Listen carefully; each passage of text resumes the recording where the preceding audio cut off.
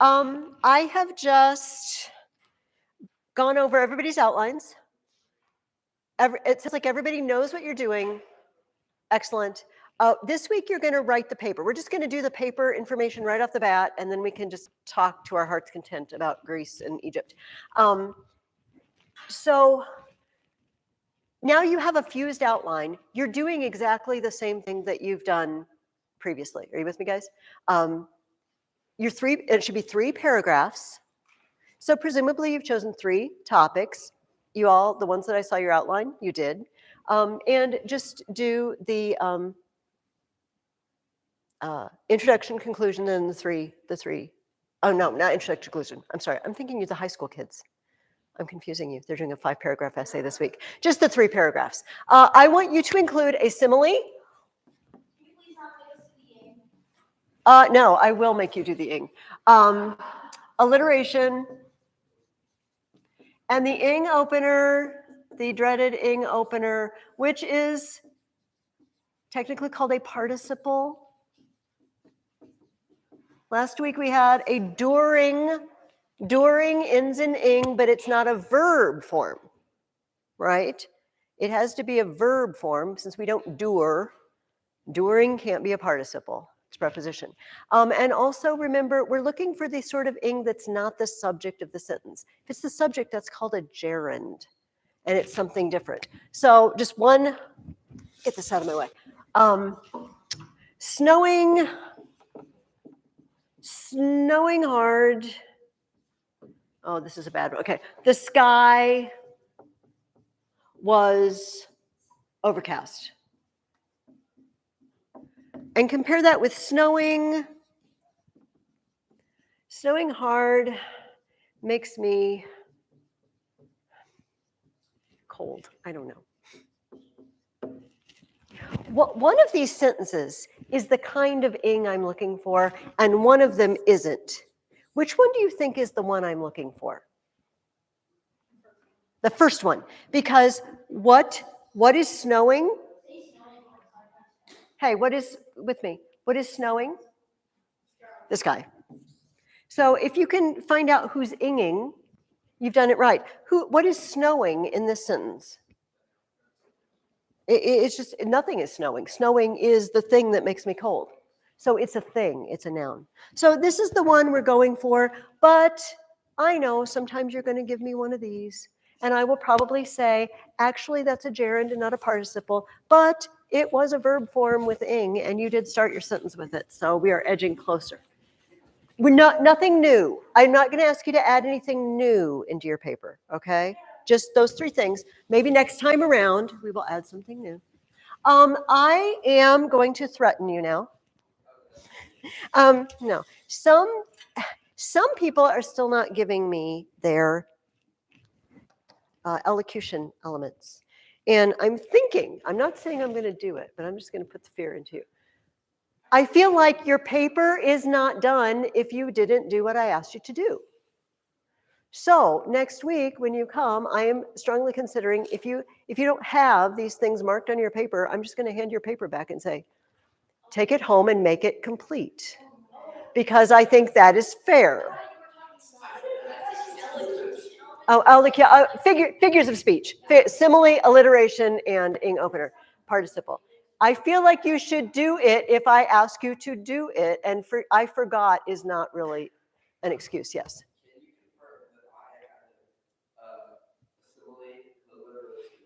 Oh, actually, I do, and I can confirm it. He gave me, and thank you for reminding me, because someone else gave me a paper last week with no name. Does this look like anybody would like to claim it? Yes. What was your comment? Yes, they should be labeled. I've said this actually every week except this week. So if you are writing, and this is where your alliteration is, you have 3 words that start with P, put an A out in the margin for me, and then you can know that I will not miss it. Okay, I'm not saying I will refuse papers, but I am toying with the idea of refusing papers and telling you, take it home and make it complete. Okay, now I'm done being mean. Are there any questions? Yes, sir.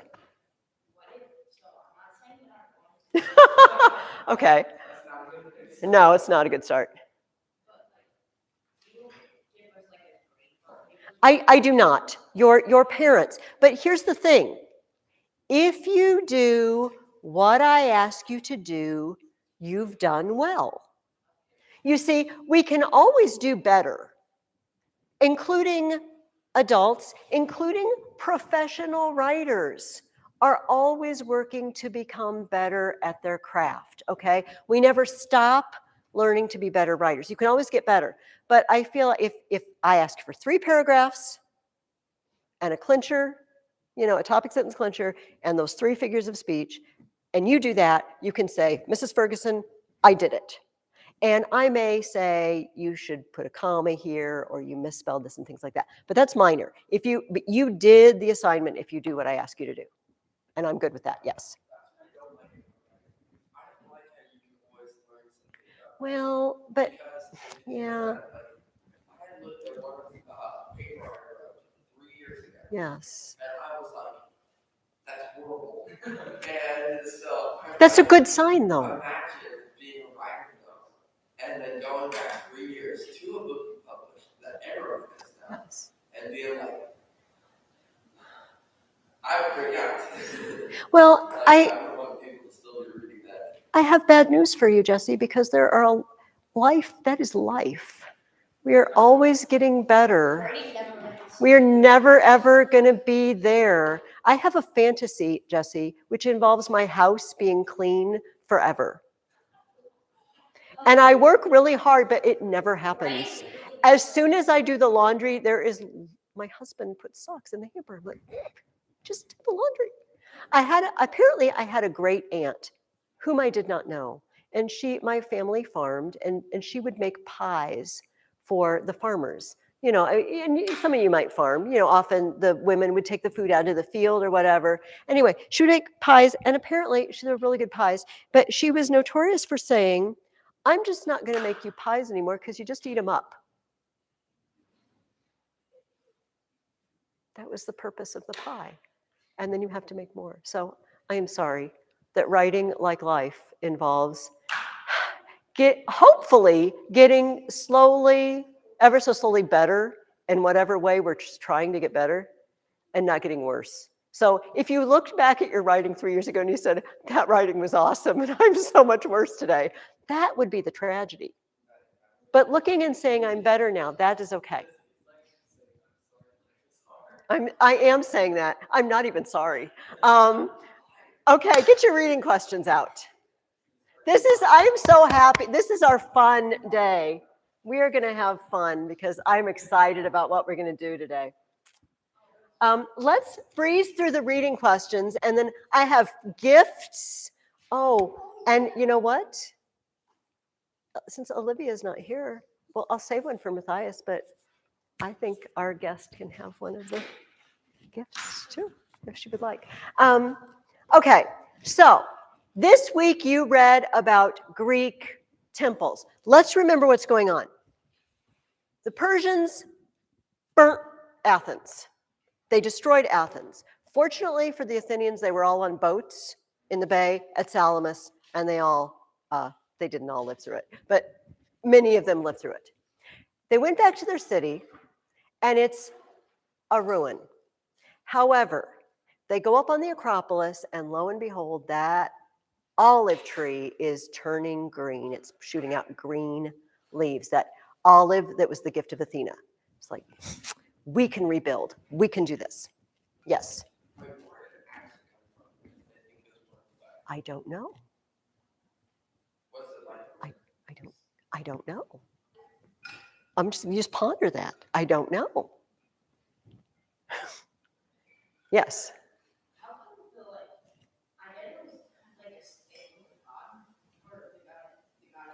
Yeah. Well, I think the fact that something wasn't dead. They thought everything, trees and things and all your flowers being dead is sort of symbolic of your city being dead.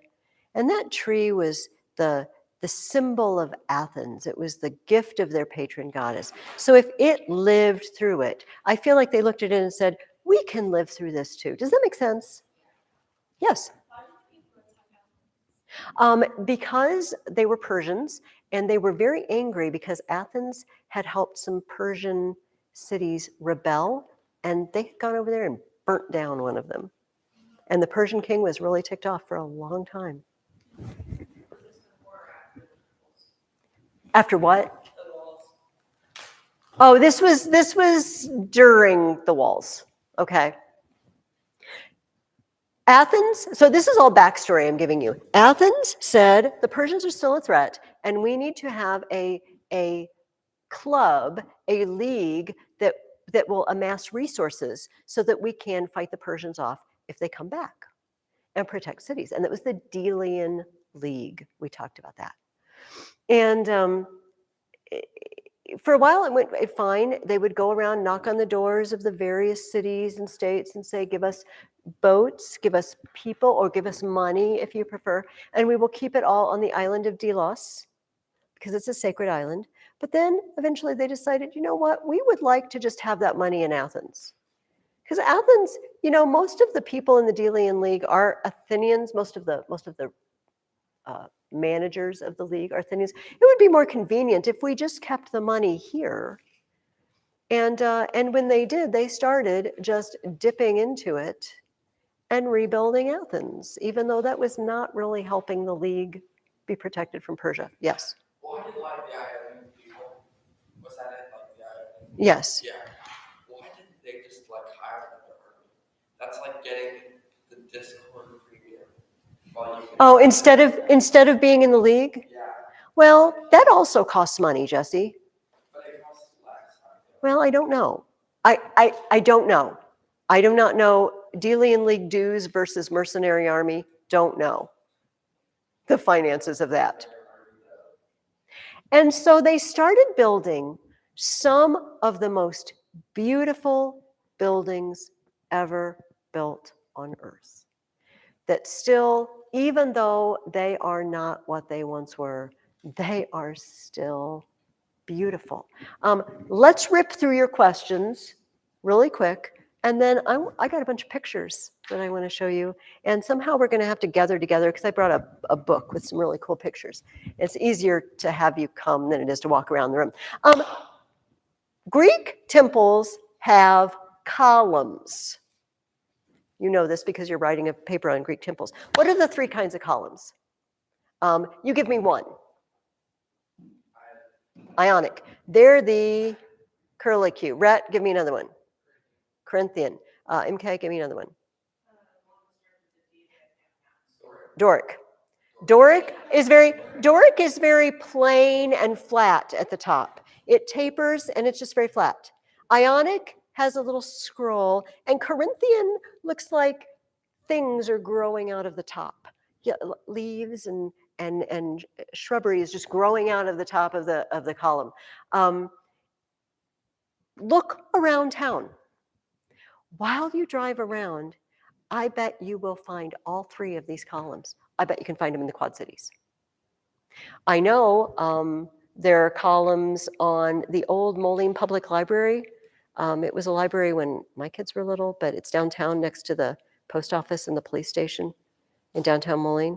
Do you know where there are columns? Yeah. Tell me.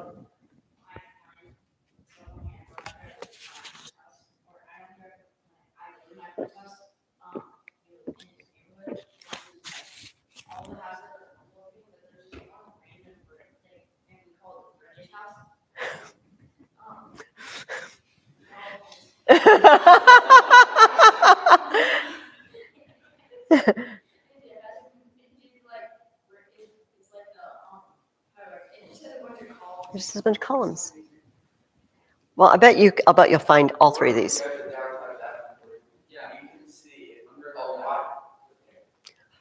Oh.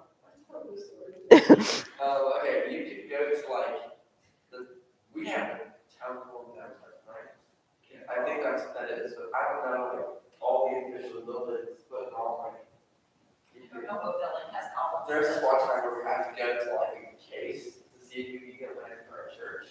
And in the building, there were like these big cool pillars. I don't remember what type they were. Well, I bet you can locate all of these. So keep your eyes peeled for columns. You have to go to downtown Davenport and Maybe. I think downtown Moline. What is the greatest building? This is the next question I asked you. What's the greatest building built on the Acropolis? What is it, Jesse? Oh, that wasn't what I was going for, but that is an awesome building. What do you think? What's the most famous one? What's the most famous one, Rhett? No, on the Acropolis in Athens. Yes. Athena's temple. And what's it called? Oh, I'm gonna faint. It's called. No, it's fine. I just shamed everybody. The Parthenon. The Parthenon. Okay, so the Parthenon is named after a name of Athena, Athena Parthenos. Parthenos, as far as we know, meant Athena the maiden. You know, she doesn't marry. She's just into wisdom and war on occasion, but not husbands. And so she's Athena the maiden. Do you know in the Old Testament, often God gets, I don't know if this is sacrilegious, a nickname. So when Hagar got driven away by Abraham and Isaac, or Abraham and Sarah, and she was out with Ishmael in the desert, and the angel came and showed her where there was water, and she said, "He is the God who sees me." And in Hebrew, he's the God, and then an epithet, a nickname. The God who provides, Jehovah Jireh, is the God who provides. And so it's one God, but depending on how he's manifesting himself to you at the moment, he gets a nickname. So this is like a manifestation of Athena. Athena as the maiden, not Athena as the warrior or Athena as the wise one. Yes? It's pretty much okay if you're calling the Lord because he's pretty much all good things. He is all good things. So. Yes. Oh, no. I mean, don't just make up stuff. No, exactly. And this reminds me, we'll get to the cat of Bubastes here in a little while, but this is what happened. Mary's discovered that the truth behind all the Egyptian gods, and this is fictionalized. We don't know that anyone actually believed this about the Egyptian gods, that they were manifestations of the powers of one true God. So here's what I would really like you to do. Could you possibly, everybody come over to Owen's table? Can everybody just kind of stand around Owen's table? And watch out for the camera, but because this is an amazing book. And I had, okay, it's my meeting. I think I get to be in charge. Oh, I did tell it Owen's table. So I want to show you, these are artists' renditions of what the Acropolis would have looked like in its heyday. Okay, so you go up, remember the Acropolis has very steep rocky sides and a flat top where you can build things. So you go up in a procession, and the first thing you go through is the propylaea. It's sort of entryway, hallway, visitor center, art museum. All right, it's got artworks in it. It's just a beautiful doorway to come through, and it's not. Most of it is gone now. And you would walk through, and there was a statue of Athena outside in the open. But the first thing that would really catch your attention was this gorgeous temple for Athena, the Parthenon. I never really cared about the temple. I'd been like, oh, look at the propylaea, guys. That's all I thought. I want to mention this little temple too, because I'm going to show you pictures in a minute. This is a little temple to Nike. Nike does not mean athletic shoes. Is that where Air Jordans came from? What does Nike mean in Greek? Do you know? Win or something. Victory. Victory, victory. Win. That's why they call those sporting goods Nike, because you will win if you wear them. I don't know, maybe. Yeah. They hope you'll spend your money thinking that you will win if you wear them. So this is the Temple of Nike. You would go through the most important buildings that I want to talk about are the Parthenon and the Temple of Nike. And back here, this is called the Erechtheum. Erechtheus was some sort of mythical founder of Athens in the mists of time. We don't know anything about him, but he got a temple. But this temple it's got a main temple, and then it's got a part sticking out over here. It's got a part sticking out over here. It's like 3 temples in one. You get your money's worth when you go in the Erechtheum because, you can visit 3 different gods at the same time. Yes. Is there a temple to Adidas on the other side? And there's not a temple to Adidas. Wait, was Adidas a god? No, he's being humorous. Here's a nice aerial view.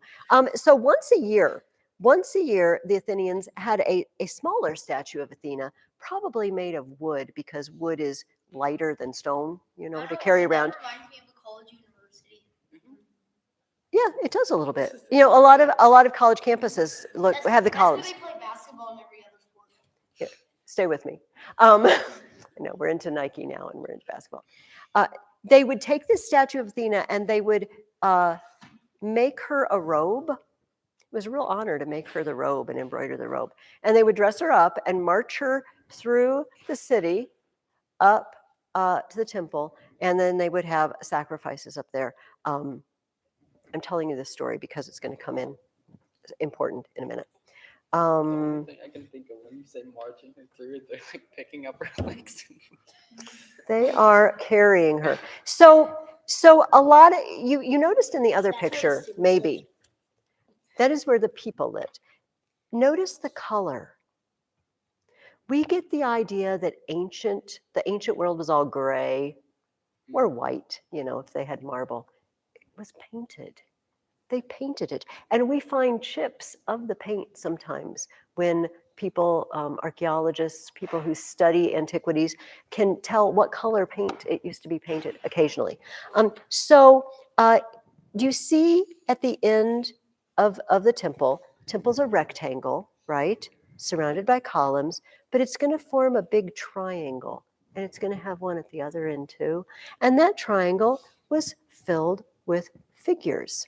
This is what those figures look like now. They have no heads. Wait, This was is it this like is sad. another conqueror that just came No, out? no. Actually, that's your last question on your paper.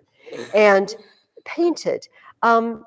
And scenes, one end I know has the scene of Athena and Poseidon having their contest about who should get to be the patron god of Athens. I do not remember what is on the other side. How do you know it was like this color? Well, we might not. They might be using poetic license, artistic license here. However, sometimes they do find little chips and remnants of the paint on the stone, which they can analyze and then figure out what color it was. So a combination of those. Around the sides of the temple, because there are 4 sides above the columns, there are also sculptures. And these sculptures are, I had it. Oh, here we go. These are along the sides. This is the procession for Athena. I feel like I've completely lost control of this class today. I don't know what is up with you guys. Did you drink coffee? Did everyone drink coffee before you came here? This was called the Panathenaic procession. Pan means all, and Athenaic means of Athens, So the festival of all Athens. This was around the edges of, not the edges, the top above the columns on the 4 sides was this representation of the Panathenaic procession. And it must have been just amazing. Okay, you and then you. Yes. Do we know how long it took to build all this? Not just like a few years. Really? Yeah. Whoa. No, not long. They had lots of money to deal with Rhett.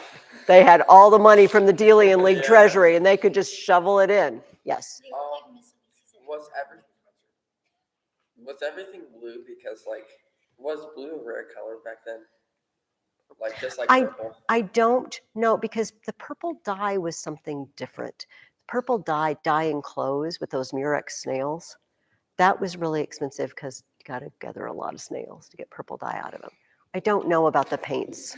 Not an art expert about mixing paints. So I But cannot did they- answer your question. I do not know. But did the Phoenicians also like traded like a lot of blue? Like they traded like a lot of purple. I think it was purple clothing mostly for them Well, because I mean, that was what the wealthy, maybe instead of paint they could put clothing on everything. maybe. Everyone, that'd All be right, funny. you may return to your seats. I have more pictures. That sets the stage. So that's what it looked like once upon a time. Can we have like No, you guys need to calm down and you guys need to maybe keep questions, maybe hold on to questions until we get towards the end. Write them down if you think you're going to forget and then ask me, okay? So today, when you go up on the Acropolis, this is me. This is not me. This is pictures. This is. I am walking up the entrance ramp to the Acropolis towards the Propylaea, and this is that little temple of Nike. This is what it looks like today. It's all stoned in. You know, you can't see it anymore. I am going to walk around with these. And so you can see, I think this gives you an idea. Oh, I'm so sorry. How steep it is. I'm looking way over my head. And I'll lay these out. You can come up after class and look at these more if you want to. So that's me walking. That's my view, walking up.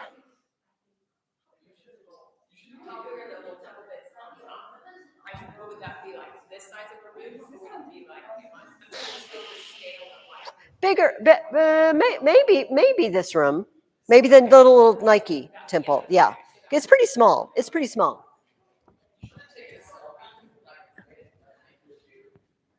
All right, guys, we do need to stop it. Okay, we need to stop. It echoes in here, and it just gets out of control. So you go in through the Propylaea, which is just, there's no roof. And it's just, there's little bits off to the left where the art museum area was. But you walk through the columns and you walk out. And of course, many of the buildings are gone today.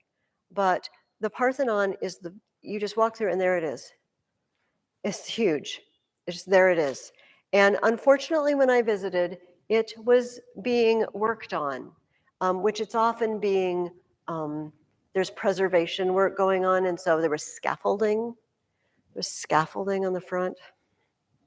But this is me just coming, I kind of zoomed in a little bit, but as I've come through, this is the first thing I saw. This is what is left of it. And it's amazing. It's enormous and it's amazing. This is the last question I asked you. Why does it have no roof or sides anymore? This was the final question I asked you. It's very tragic that it has no. Did anybody answer that question? The last question on your page?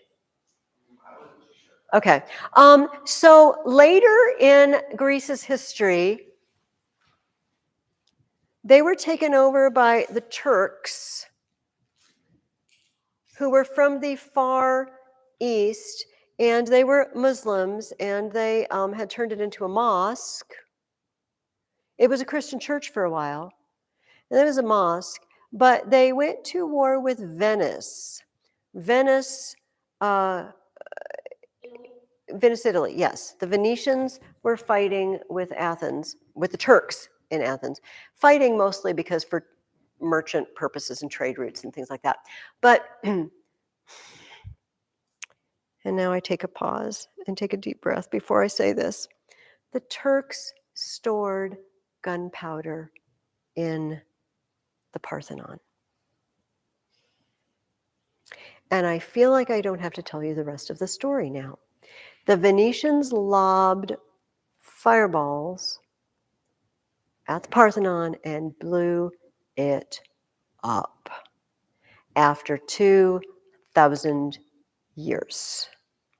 They blew it up, which is why it looks like this. You can see in, there's no sides anymore, there's no roof, and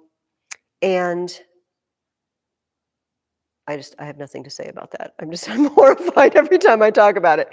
But before it happened, do you remember I told you that there were sculptures in the pediment, in the triangle area, and around the sides? Those had been removed wisely because someone thought something was going to happen to that, and it would have.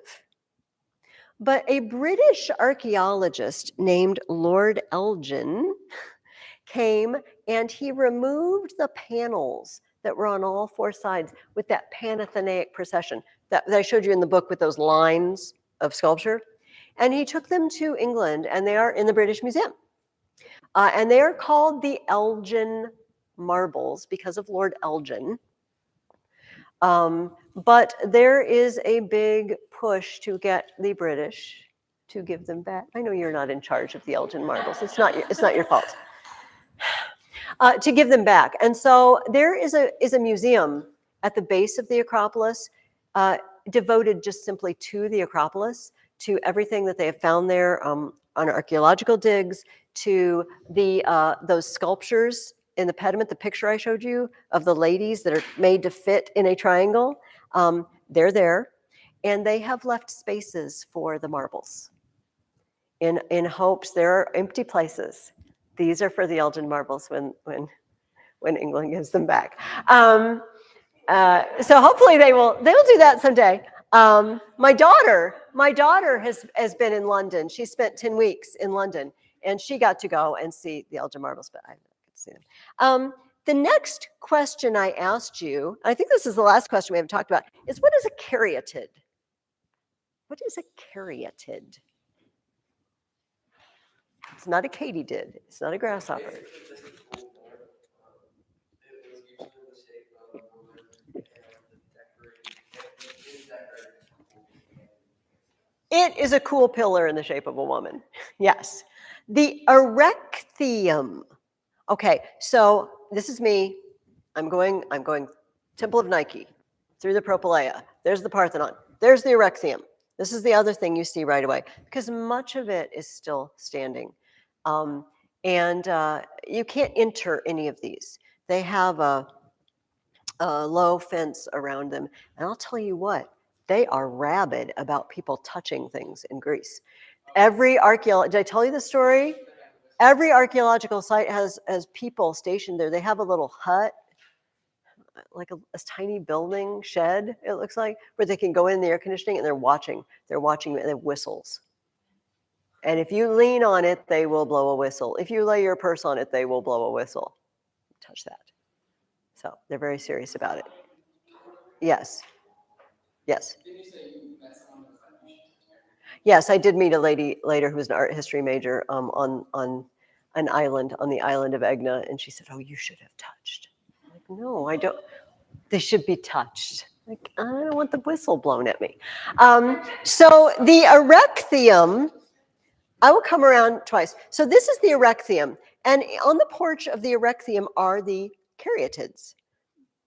The maiden, and they go all the way around. The maiden columns, I didn't bring every single picture I took because I didn't want to bore you with my travel pictures. But so you can see there's just weird bits of it jutting out in every direction. What is that again? This is the erecthium, and these are the caryatids, the statues that look like women. Can you kind of see? I'm going to show you a better picture in just a minute. This was probably like they had a bunch of extra building materials, and they're like, "What should we do with it? We're going to build this." I don't know, because it's gorgeous. So these are the caryatids. Now, here's my problem. This was the earth-shattering thing that happened to me, among many other things in Greece. I, for all my life, saw pictures of this in books with the caryatids. I'm like, great, caryatids, the lady columns, awesome. And then I got there and I found out these aren't the real caryatids. They took them off and they put fakes outside so that they wouldn't get weathered anymore. And the real ones are in the museum. No, this one's on the base of the Agra. No, let's stop accusing the British of stealing everything from Greece. Although we are going to talk about something else they took later this morning. It's so lucky that you're here. Well, you can start a movement when you get home. You can become an activist. These are the caryatids in the museum. So these are the actual real ancient ones. So were the arms on the other ones broken up? Yeah, they made them look like these, old. So that's a caryatid. They are, which seems very bad on your neck.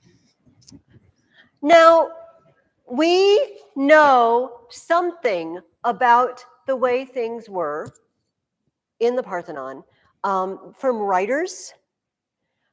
We know that there was a 40-foot tall statue of Athena in the Parthenon. She was covered in gold and ivory, and which they would remove on occasion.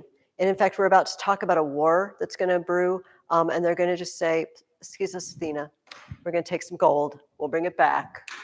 We need some cash. It was a loan from Athena. They would remove it. But we know roughly what she looked like because before this statue was destroyed, and it no longer exists, long ago people stripped everything worth anything off Athena, and what was left got used for building materials, probably. But someone made a copy, a little statue that's about this tall, and it's exactly a replica of the Athena. We know how she was standing, and she was holding a little Nike, winged victory goddess, and this little statue is also in a museum in Athens. So we know what that looked like. So we can extrapolate from that and know what the big one looked like. So in Nashville, Tennessee.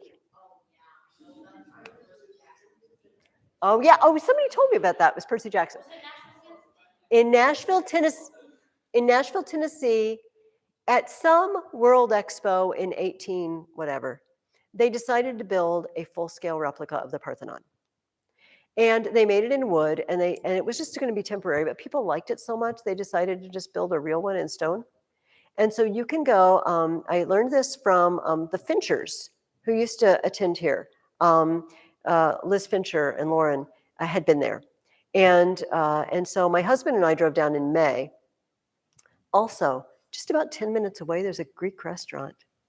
You could have the Greek experience. We had baklava. Just this one Greek guy behind the counter, and he explains how much I order. It's very fun. And you can tour the Parthenon. And this is what it looks like. This is a picture. I bought this in the gift shop. It really is cool. And I didn't do this, but I had my husband take a picture of me by one of the pillars and a picture by Athena. I'm going to show you Athena in a minute. And to see how big it is, because it's just incredibly, it's overwhelming. It's overwhelming to go in there. So you go in, and the bottom floor is actually an art gallery. There was a Nashville resident who moved to Chicagoland and then became wealthy and collected art and then donated it to his hometown of Nashville. And they made an art gallery in the bottom. And then there's also an exhibit about this World Expo where they built the original. And then you go upstairs and you enter into the presence of Athena. She's 41 feet tall, 41 feet, 10 inches. She's the little Nike. This is not real gold, obviously, because they'd have to put her under guard. And it's just, there's benches along the side. So I will try to remember, I'm just going to have some prints made of the pictures I took of me standing next to it and me standing next to a column, and I'll bring them next week. And I'll try to remember to get that done. But you can just go in and you can just sit. Like I said, there's benches along the side. You can just sit there. You can walk all the way around. And on her shield, and this is what I forgot to bring too, on her shield, there are carvings as well. So I got pictures of all the way around. She's on her chest. She's got this screaming looking face. It's Medusa.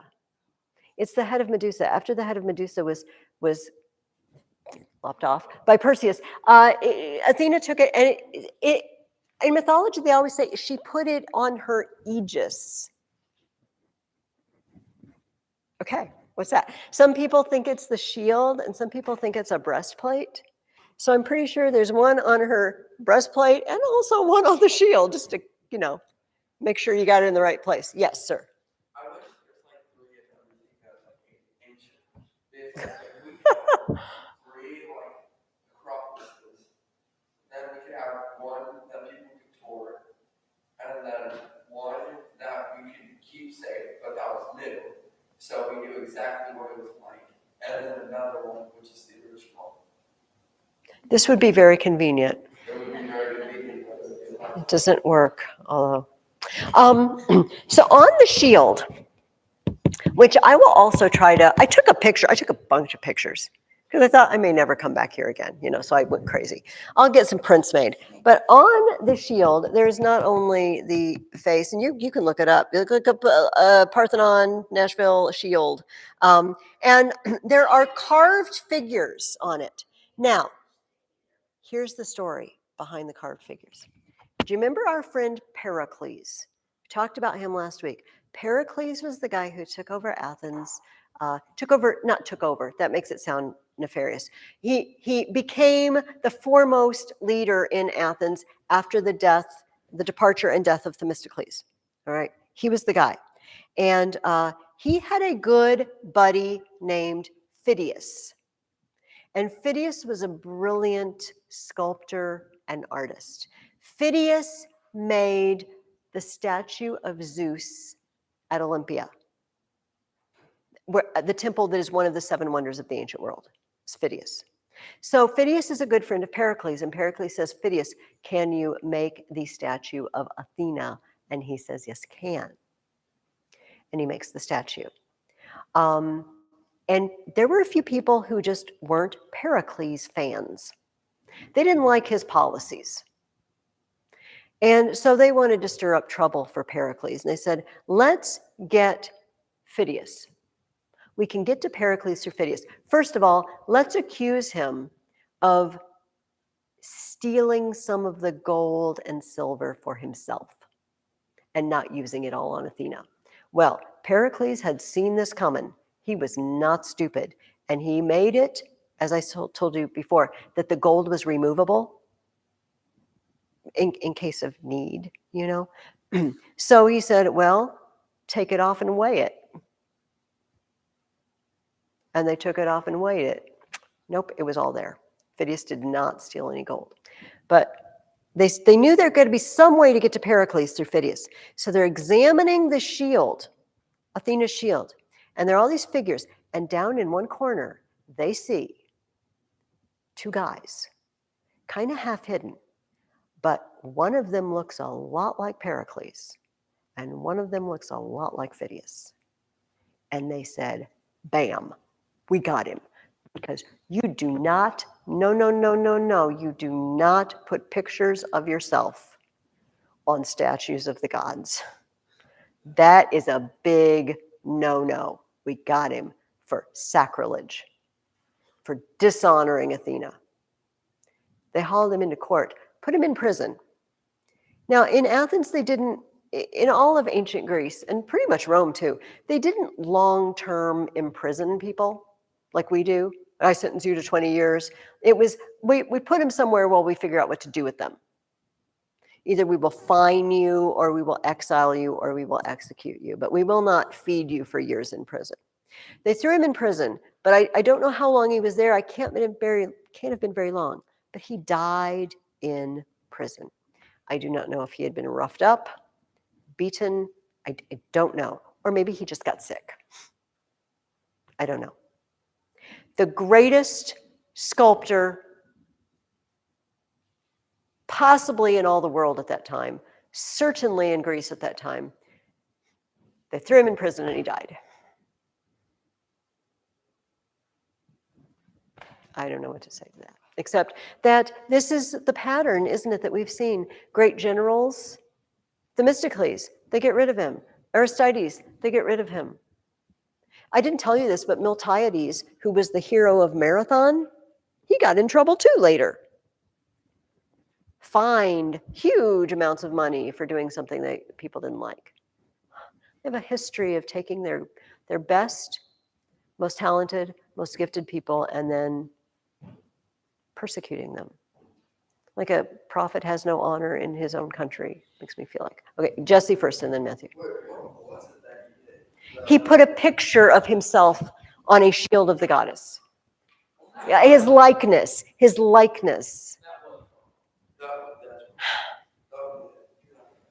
I don't think he deserved to die in prison, though. Matthew, what were you going to say? I'm sorry.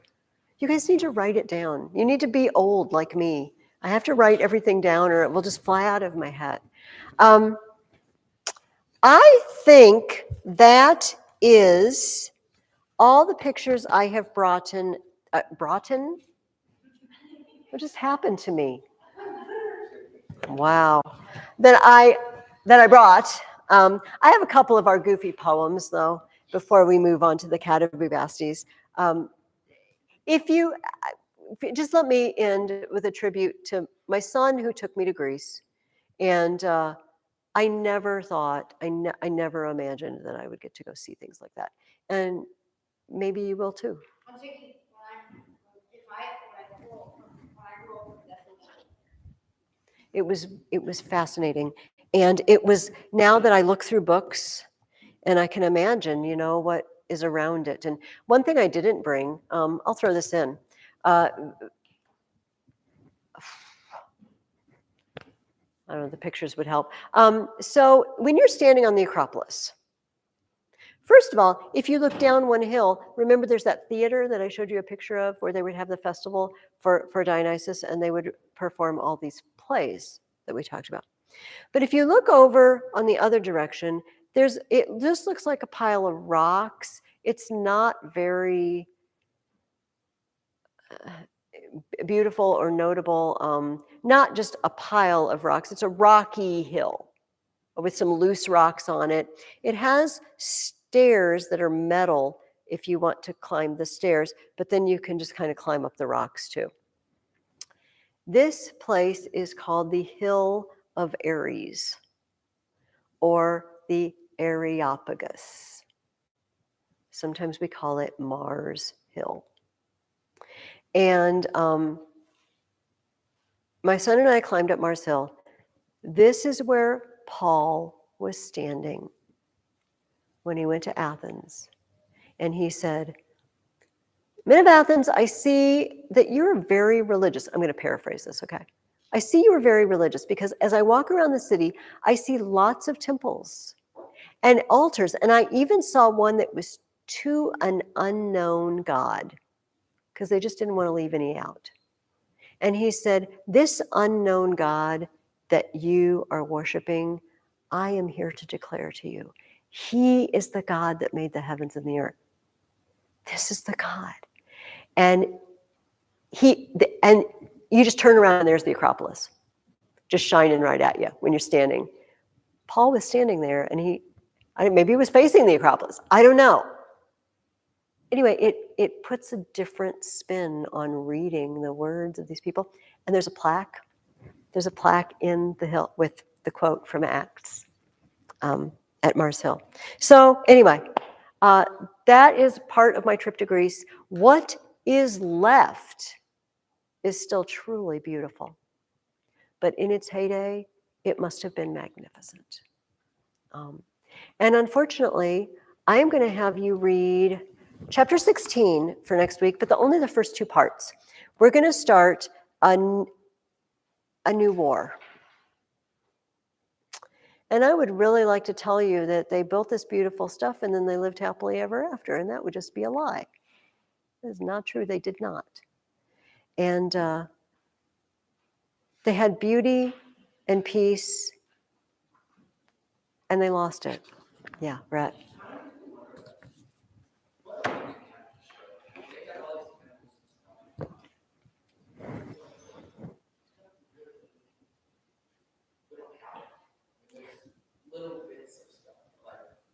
Well, well, if we look at material remains, maybe so. I mean, I feel like, the Statue of Liberty, things like that. But and I've never had the chance to go to Washington, D.C.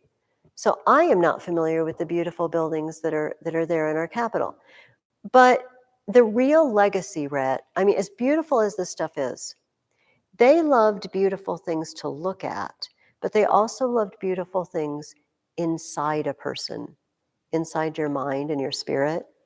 And after we talk about this nasty war for a few weeks, we're going to talk about some of the philosophers and thinkers, Plato and Socrates and Aristotle.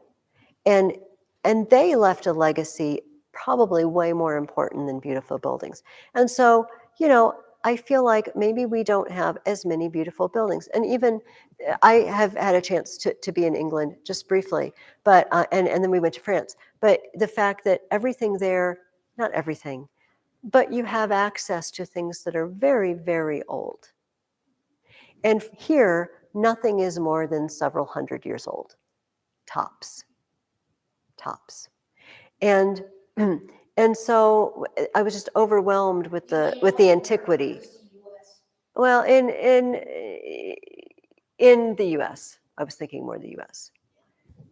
Because the native peoples did. I mean, of Cahokia Mountains, but do you know what I mean? Didn't leave impressive things like they did in Central America. Yes, yes, but in the United States.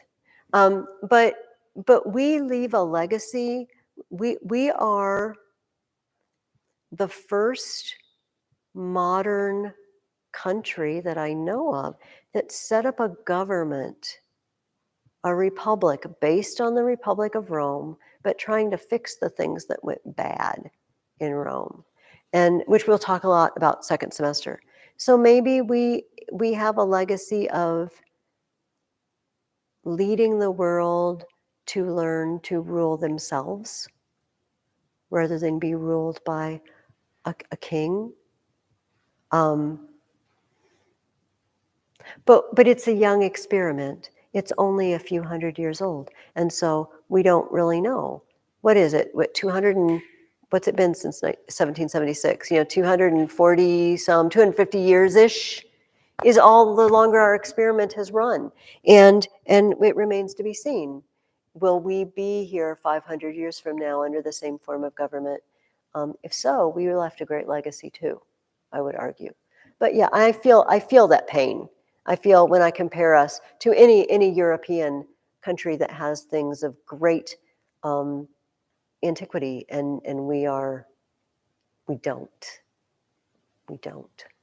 But anyway, okay. Let me read my silly poems, and then we'll talk about Egypt and the Cat of Bubastes. Okay, this is my poem on the Parthenon. They chipped at the marble, they did it by hand. The work they created was brilliant and grand. With glorious columns, carved horses and men, goddesses, chariots, battles, and then they put them together on top of a hill. The Parthenon temple stood proudly and still. You can see it today, many centuries later. Some say there has never been anything greater.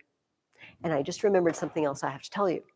So, no.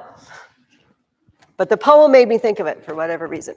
So, you can picture the shape of this temple. It is a rectangle. I know I'm in the way of some of you. And it is lined with columns, okay? And on the ends too. Okay. So, have you ever had one of those books where it's optical illusions? It tricks your eye. So, if you have parallel lines and then you do like this, it's not gonna be an optical illusion for you because I'm a terrible drawer, okay? But and if you do certain things in between the lines, it makes them look like they're curved in. But if you take a ruler to them, you see they're straight. Weird things happen to your eyes. And it just so happens that when you look down a wall with a line of columns, a very long wall, it will look a bit curved to you. It just does this. It's an optical illusion. It's actually straight, but it looks a bit curved. when they built the Parthenon, they curved it the other way, ever so slightly, so that it wouldn't give you an optical illusion, and it would give you an optical illusion. It would look straight. If somebody stands at one corner of the Parthenon with a string, and somebody goes to the other end, and they hold it, it will not line up with the string. It's curved, but curved just the right amount so that when it hits your eyes and you look down that row of columns, it looks straight. Yeah. I don't remember. See, I should look these things up before oh, the wealth of stuff there is to know that I can't remember. It kills me. No, I was talking about this yesterday and I wondered, I wonder if it curves in or out. I should look that up, but I didn't. Amazing craftsmanship that went into this. Don't ever let anyone tell you that we are so much smarter and better than the ancient world. We just have a lot of machinery and gadgets. This is what we have. They had brilliant engineers. And don't even get me started on the Roman engineers. They were even better. The architects and engineers, what they could do. Okay. All right. The other one is about columns. It's really silly. But if you memorize it, you'll always remember the columns. Yes.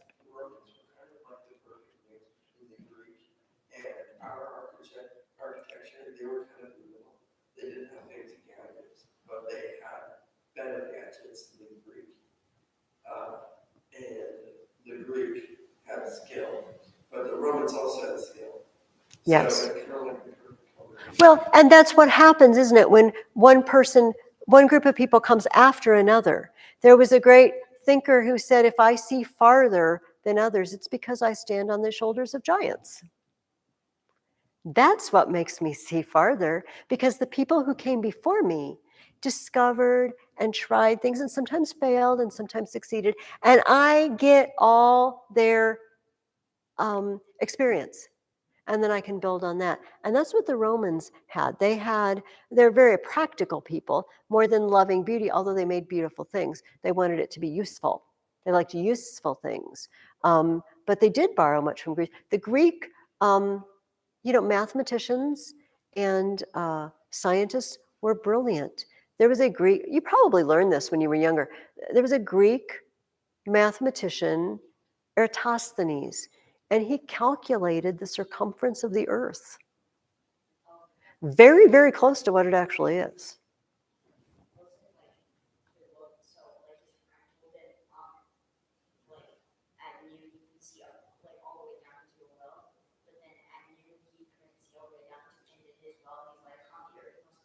Mm-hmm. And so he used this online stuff to calculate He did. He used the sun and shadows to calculate the circumference of the earth, for crying out loud. There was another Greek thinker named Democritus, and he came up with the idea that everything, all matter, was composed of moving atoms. What? Yeah, they were brilliant. And so the Romans inherit this, and then they build on it. Unfortunately, at the end of next year, like in the spring, we will talk about the terrible commotion that made us lose that knowledge for a while. And it was saved in only little pockets of oases of knowledge until it could rise again. Okay. Ionic columns are topped with scrolls. Doric columns are flat. Corinthian columns are much more ornate, and now you know all about that. That's the whole poem. That's the whole poem. Okay, so homework so far. You are reading the first two parts of chapter 16 of the Dorothy Mills book, and we are going to start into another nasty war. And if you thought the war with Persia was nasty, this is just going to get even worse. We are going to write your paper, which I may or may not receive from your hands if it's not including my figures of speech. And the third thing is I want you to read the next 5 chapters of the Cat of Bubastes, 6 through 10. So you read the first 5. I think I've got it divided into groups of 5 chapters each week. So let's talk about Egypt a little bit. Could you guys get your timelines out? I'm reading the questions for this, and it's... Oh, I don't even remember the questions. That's going to be interesting. Oh, yes. Yes, it is. It is going to be interesting. It's heartbreaking, interesting, all of the above. It is like a civil war, except that Athens and Sparta didn't consider themselves the same country, really. You know, like they were each their own country. Okay, get out your timelines at the back of your reading guide, and you should have one that has 1500 BC on the top and 1000 BC on the bottom.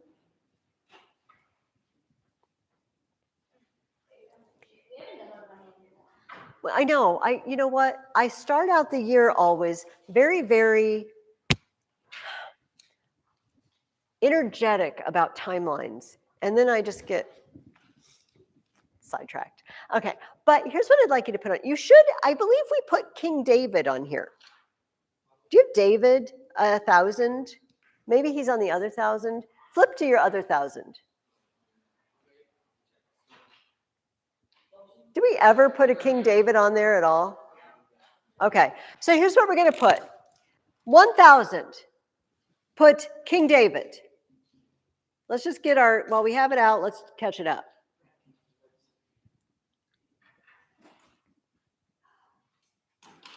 It was almost perfect. All right, 1000 King David. At 1250, I would like you to put the Trojan War. Can't believe we didn't put that on there. So if the Trojan War happened, something happened. Something happened at a city that we call Hisarlik today, but apparently it was Troy on the coast of Turkey. And right about this time, a city that matches the parameters of the Troy we know from the Trojan War stories and from Homer burned down. It was destroyed. And we don't know why. All right? We don't know if they stole somebody's wife. We don't know. But you know what? We don't know they didn't. You know, sometimes truth is stranger than fiction, as they say. We don't believe the stupid stuff that people have fought over in history. So, I just said women were a stupid thing to fight over. It is not what I meant at all. Now, I would like you to put up here 1450, Moses. But I want to put this with a caution. And the caution is this. People like to argue about when the Exodus happened. Sometimes we count. You know, the Bible tells us that they were X number of years in the wilderness, and then each of the judges, when they came to Israel, it says, and he judged Israel for 80 years or whatever, and then there was 30 years of oppression, and then God raised up a judge. And if you add all those up, you come to about 1450 BC. But there are some other scholars who, for reasons I think having to do with Egyptian history, like to put it closer to 1250. But I'm using the numbers in the book of Judges, okay, the book of Exodus and the book of Judges to come with 1450 BC. Now, remember, we put Abraham on your timelines, right? On the previous page? Okay. By the time the Israelites were in Egypt, the pyramids were probably 600-700 years old. They were already ancient. And you met in the Catabubastes, as you read this week, you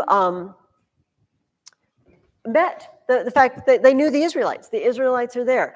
G.A. Henty talked about the fact that this is set at a time, and I'm not sure, I think he might be following this, I don't know what Tutmos is the Tutmos II, I think is the pharaoh in this book, which time he's following. But obviously it would be before, because the Israelites are still there. They're living there. And they are forced to serve, but there's no evidence in this book that they're toiling to make bricks. You know, it hasn't reached that point yet. But that's where this book is set. So maybe a couple hundred years before Moses, a couple hundred years after Joseph. And while the Israelites were there, the pyramids were old.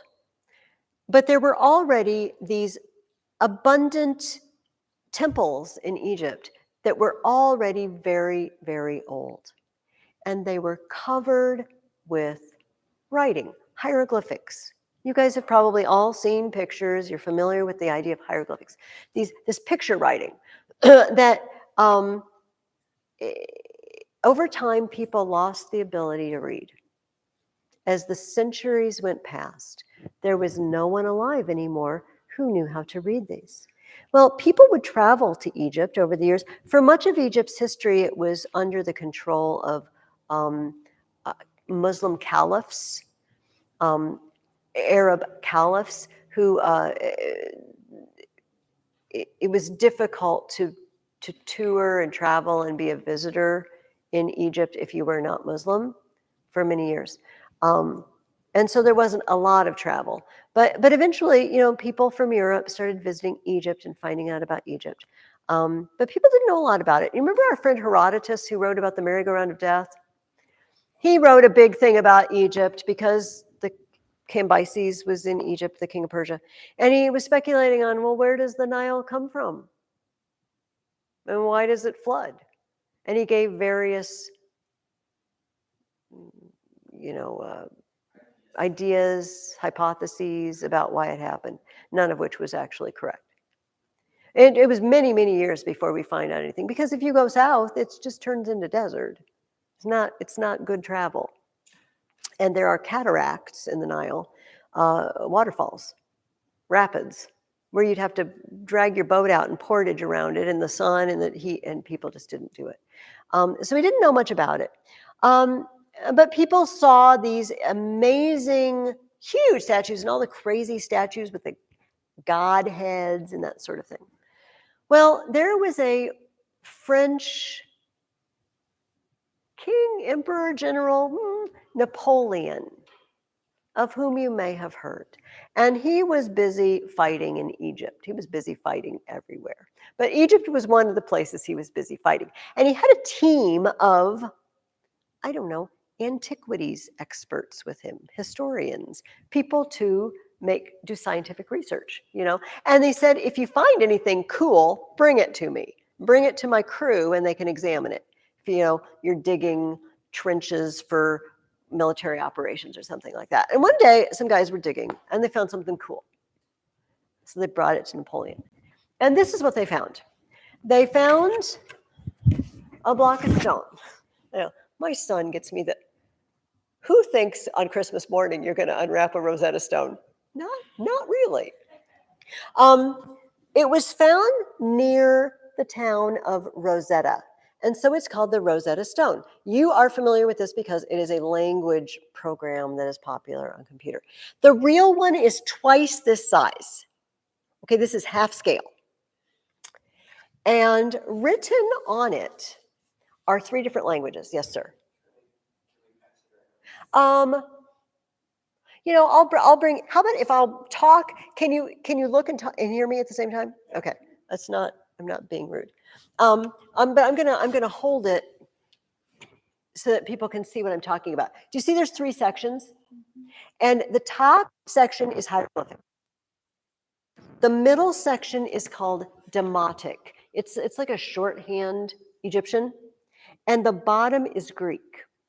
Okay, so for years, people thought, and Jesse, I'll leave it laid out. If you want to run up, I'll try to stop like before we're already late today, so you can look at things if you want.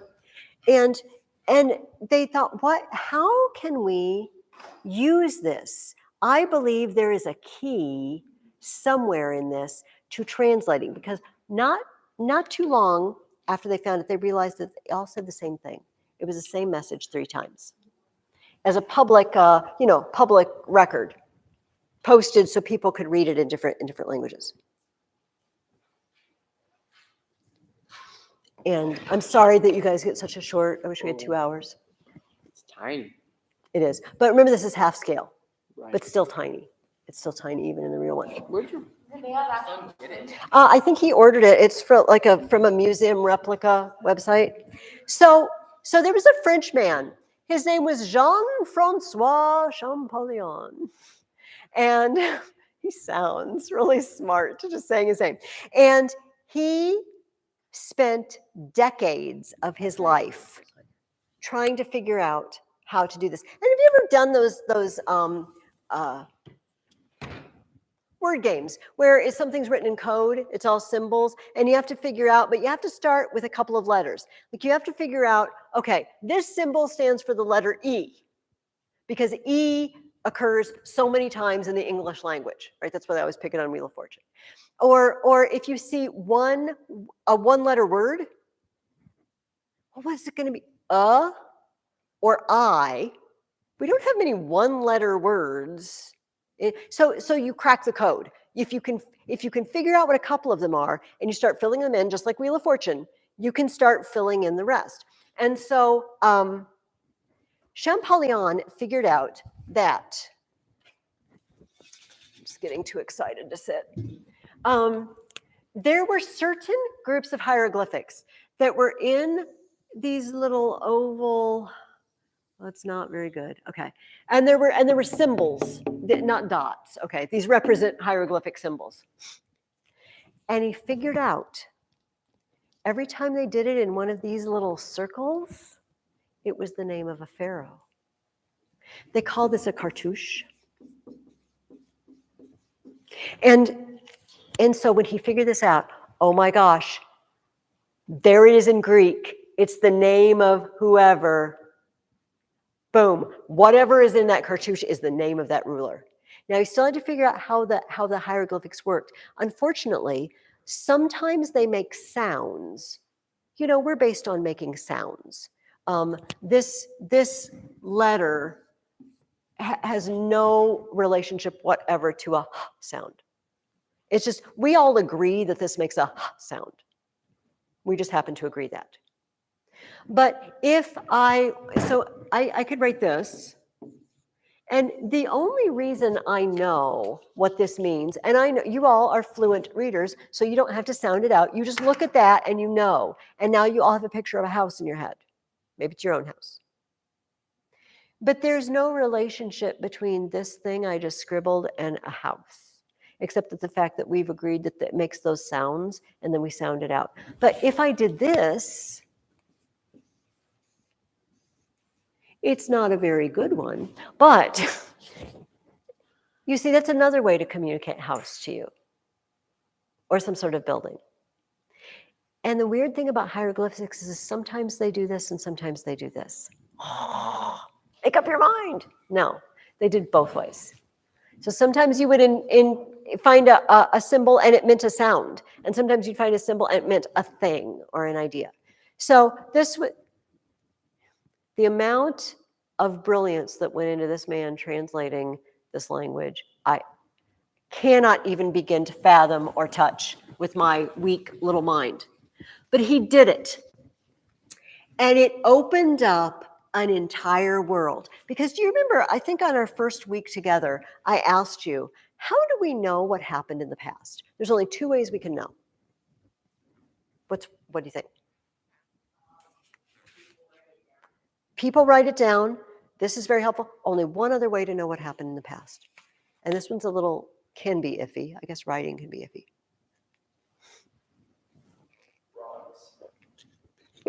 Stuff they left behind. Their stuff. Artifacts. This is the only way we know. And we had their stuff. We had it in abundance. We didn't have their writing because we couldn't read it. And now they could read it. And people flocked to Egypt and they're copying down inscriptions off all the walls. And some of it's boring. Some of it's like, in this warehouse are 40 sheepskins. And, you know, it's a inventory list. But they also had stories. They had a story that was very, very much like Cinderella, believe it or not. I highly recommend Tales from Ancient Egypt by Roger Lancelyn Green. Just really, really interesting stories. I already sent the email, but I will try. Oh, you already have the book. Particularly interesting is the story of the two brothers who wanted to. They helped build a tomb of one of the pharaohs, but one of them decided to. They made a secret door so they could go in and rob it with impunity, and they went in and robbed it little by little, and then the pharaoh went in the treasury. He's like, "What the heck? Stuff is missing, but there's no breach. There's no evidence of a break-in." And so they set a trap, and then they got in, and then one of them got caught in the trap. And he said, "Okay, I can't get out, and I'm going to die here. But you got to cut my head off, because they can't know who I am. You need to take all identifying elements away, so that our family can still break in, and also so that the rest of our family doesn't get in trouble." So he did. He took his head away. So they find this headless guy with no. It's like a locked room mystery. They don't know. But they're trying to find this guy. And so the pharaoh puts his daughter out, like puts her in a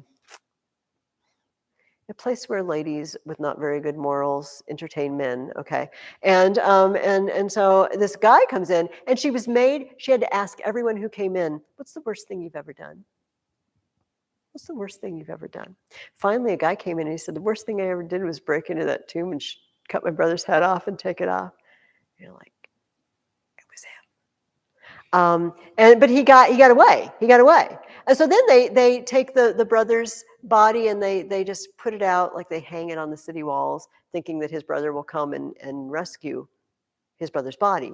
But the other brother, he pretends to be a wine merchant. He dresses up in like peasant clothes, and he pretends that one of his wines is accidentally spilling, but he really poked a hole in it. He's like, "Oh, the guards, you should come help me drink this wine. There's no point in wasting it." And he gets him drunk, and then he steals the body. I don't even remember how it ends. But he gets up getting away with it. That's all I remember. Anyway, we found these stories, these crazy stories, and historical documents as well, about battles. But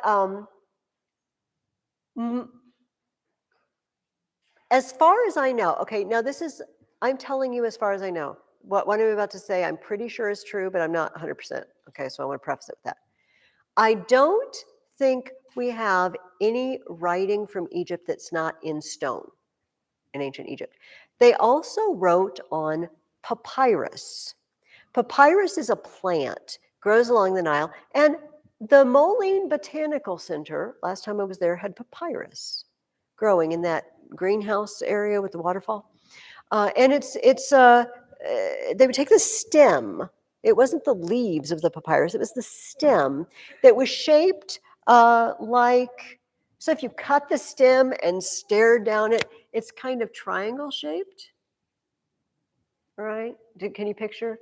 Like there's this long stem, but if I looked at it from this end, this is the shape it would be.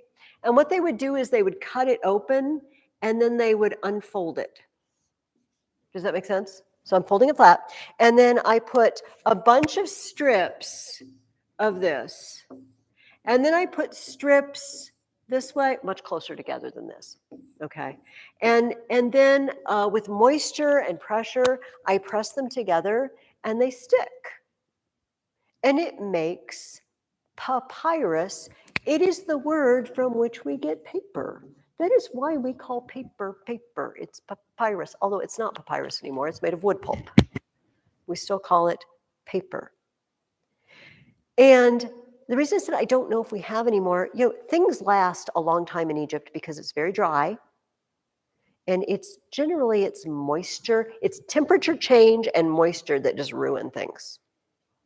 But if it stays really dry at a steady temperature, things tend to last a long time. But we do have papyrus fragments from, around the time of Christ or a little bit before. But I don't know that we have any like 1000 BC or 2000 BC. I don't think we have much before 300 or 400 BC. Yes? They were like digging a pharaoh's tomb, like out of the pyramids. I don't know if you remember, but they found honey in his tomb, and it was like almost 1,000 years old, and it wasn't bad. Things stay good. So I do not know what the oldest piece of papyrus we have is. Somebody over there wanted to say something too. Did somebody? No. But I have papyrus for all of you. I brought a piece of papyrus for everybody. And if you hold it up to the light, you can see the strips. All right? If you are in love with papyrus, easily available on Amazon, just saying. I also have for everybody a hieroglyphic key, okay, to make your own hieroglyphics. Some of them are kind of difficult to draw. Basically, they are assuming here that each of these just makes a sound. Don't worry about it being the symbol of something like I did with the house. Just it's the sound that it makes. Yes. They do.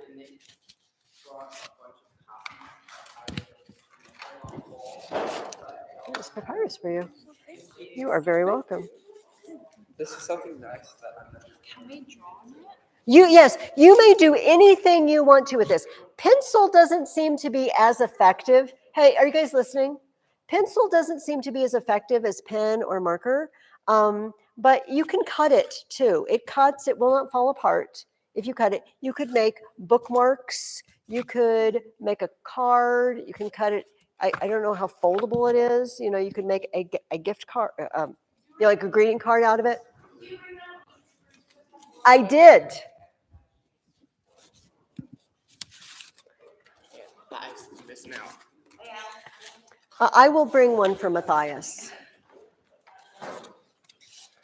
And here's your key.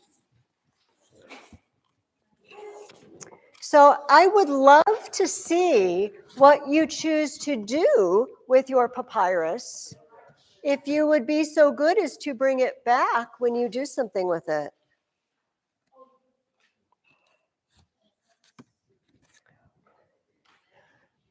This is my funnest day of the year.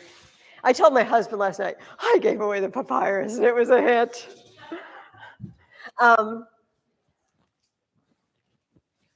So yes, I know you are all very intensely interested in your papyrus, but I would like to continue to engage. We have about 10 minutes left.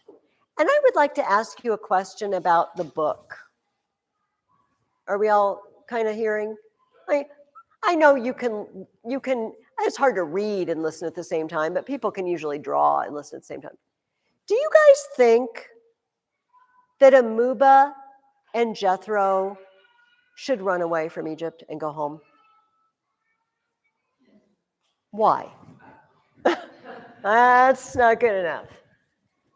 What are the pros and cons? What's good about them staying in Egypt? What do you think, MK? They won't be hunted, get down and killed, and that's always good. Anytime you can avoid hunting down and killing, this is good. Is life difficult for them in Egypt? In what way?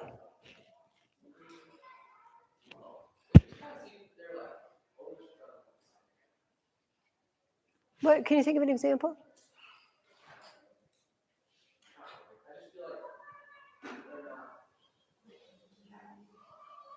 Is the household they're in pleasant enough?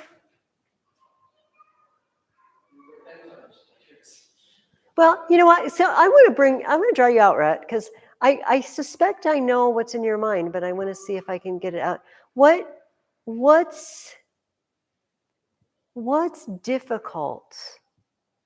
See if you can remember what's difficult about being slaves in Egypt.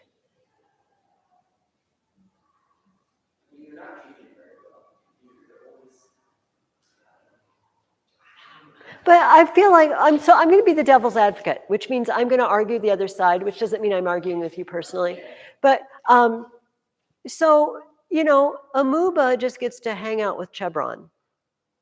And they go hunting together. At the end of book 5, they went on a hunting expedition. Like he's taking a tour of Egypt. And all he has to really do is have a buddy. And Jethro just has to take this little girl out on walks and stuff and go and feed her animals in the park. It sounds like that's about all they have to do. And Amaris, the priest, He's not interested in forcing them to worship Egyptian gods or give up the gods of the Rebu. So what do you, because I think you have something in there, Rhett, in your head, but you're not sure how to get it out.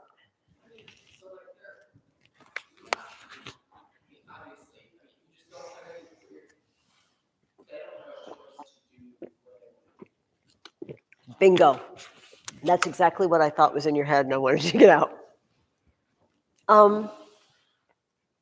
Would you rather, do you play this game at home?